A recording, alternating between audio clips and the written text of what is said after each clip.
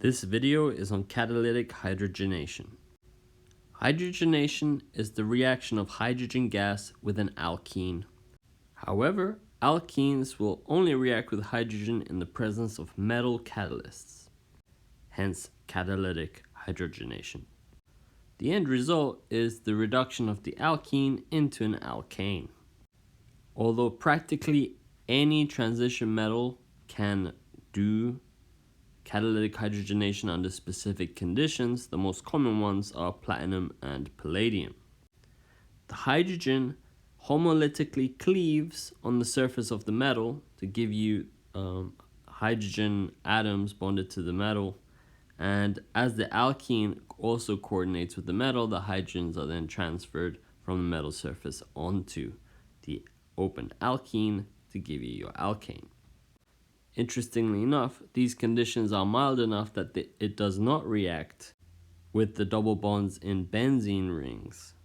It will only react with solo alkenes.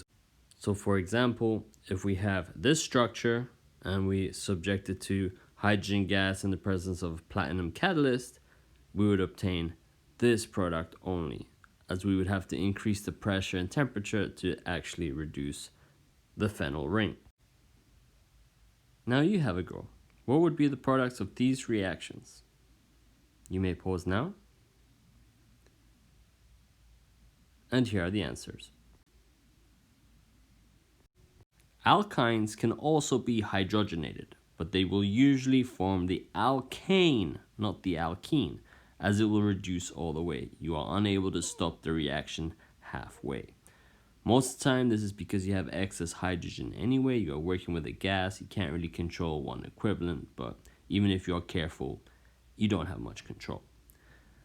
However, if we change the catalyst from palladium or platinum to Lindlar's Catalyst, looks like this, just know the name, you actually always form the cis-alkene.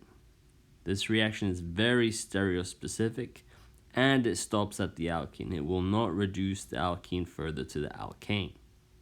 This means that Lindlar's Catalyst is an extremely powerful tool if you need to form cis-alkenes.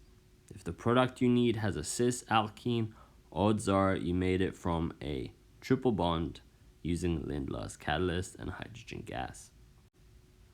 Now you have a go. What would the products be of these following reactions? You may pause now. And here are the answers.